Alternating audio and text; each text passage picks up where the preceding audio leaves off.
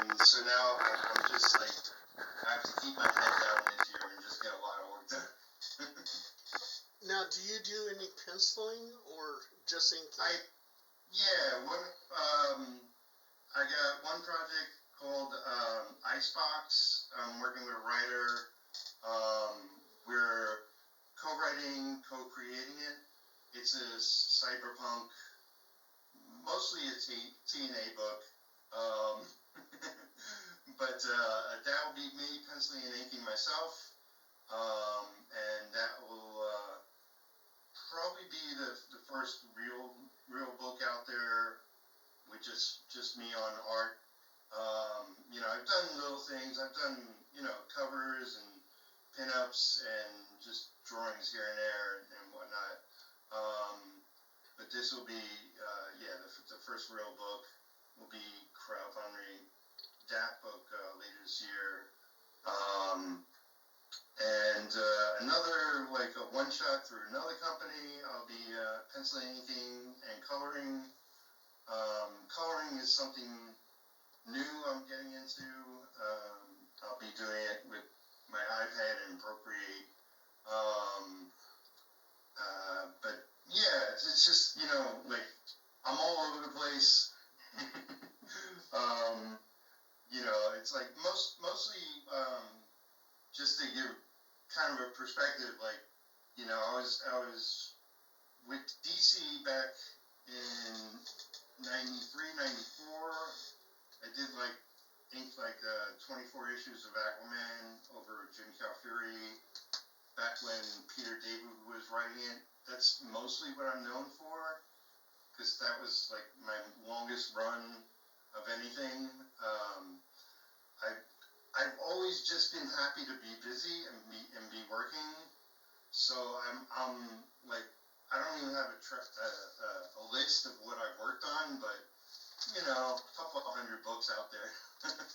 So you worked for DC and Image at one point in time, or? Well, DC was strictly Aquaman. Okay. After Aquaman, they always roll in a new team. So I knew a bunch of the editors, but nobody had anything. It's like books were limited back when. They weren't releasing 60, 90 books or whatever a month. So they already had their team set. So they didn't have any openings for me. So from DC, I jumped over to Marvel, and Marvel was going insane. They I think they had 10 to 15 X-Men books at the time, and I got a lot of X-Men work. I worked on Uncanny X-Men, Cable, Gambit, Alpha Flight, Wolverine, whatever else they were releasing at the time. But what I did was a lot of, here's 2 pages of this, here's 3 pages of that. Everything was overnight. Everything was rushed. I'm not necessarily a fast inker. That's not what I'm known for. It's more about quality for me. But that they were just churning out books, and they had teams of people working on titles. One of the few credits I got in a book, in an X-Men book, was Uncanny X-Men 360, where they actually put my name in the credits. But most of the time they didn't list everybody that worked on each book, because there was so many people involved.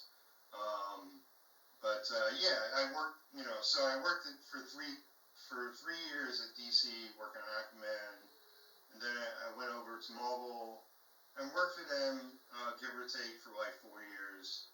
I also did some Iron Man. There was a Sentry one-shot that I inked. That's a character from ForceWorks, and some other things. What years did you work at Marvel? So,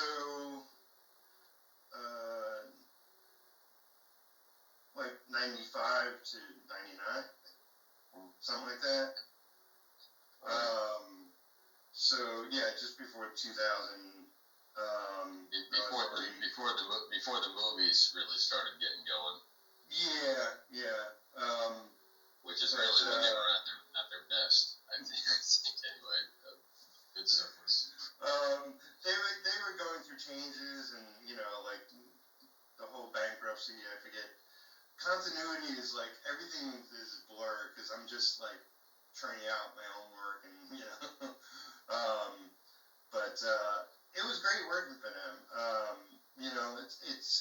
It's really like I don't know if you guys know, but like I have a brother also in the industry.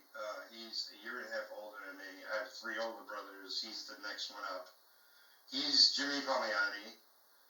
Jimmy Palmiotti, like I've done hundreds of books. He's done thousands of books. Like he's done thousands of books as an inker, and now he's mostly writing. He's doing some coloring. He's doing some inking. But he's the high end in the industry. I'm the starving artist. And his wife is Amanda Connor. You might have heard of her. I've heard of her. Yes. Yeah. So I'm just happy to be working and it's like I love comics. We grew up on comics. Me and my brother had a lot of similar interests. Whatever I wasn't buying, he was buying, and we just, borrow each other's books and read everything. I was mostly a Marvel fan, but, I read a lot of DC, I read a lot of Independence, I read heavy metal, I read, into all that. For me, writing is also something relatively new. It's like when I joined the industry, I knew from the get-go that I wasn't a great inker. That's how I broke in. But I worked my ass off the first 3 or 4 years and got much, much better. Writing is the same way. It's like I know I could write. I've talked with writers on while I was on books and communicated my thoughts on where the series should be headed, or voice my opinion. It's always a collaborative effort. But I just so I just love comics, and I pretty much I started in 1991. Pretty much been working almost constantly. Like I said, I'm working for a lot of small people now, or just unknown names or whatever. But I got too much work, and just wanna get a lot done this year. So going forward, I can work on my own book, and conventions is something I've done throughout the years, but I haven't done them in recent years. Hope to get a lot done this year and maybe back into it next year. Has the process changed a lot over the years? As far as the inking. I'm just wondering because like back in the day, I imagine it being a lot more ink and then actually having your hands on the product and having to mail it back to the person. With the digital age, is that everything now on a computer? Most of what I do is ink over digital pen. Printed pages. Like, let's see. If I could find. So here's something I'm working on.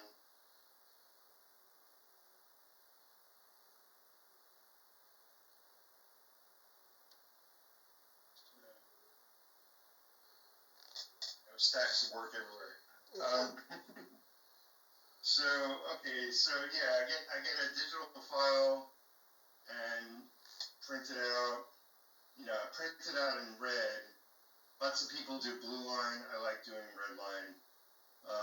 It's just visually better for me. So I print out the pencils, and then, you know, I still ink traditionally. So this is actually my art. This is a pinup I did for a book. So, you know, I still use a brush, a quill, technical pens, you know, rapidiographs. You know, coloring I'm going to do digitally because that's just easiest. But yeah, everything's changed because of computers and whatnot. Back in the 90s,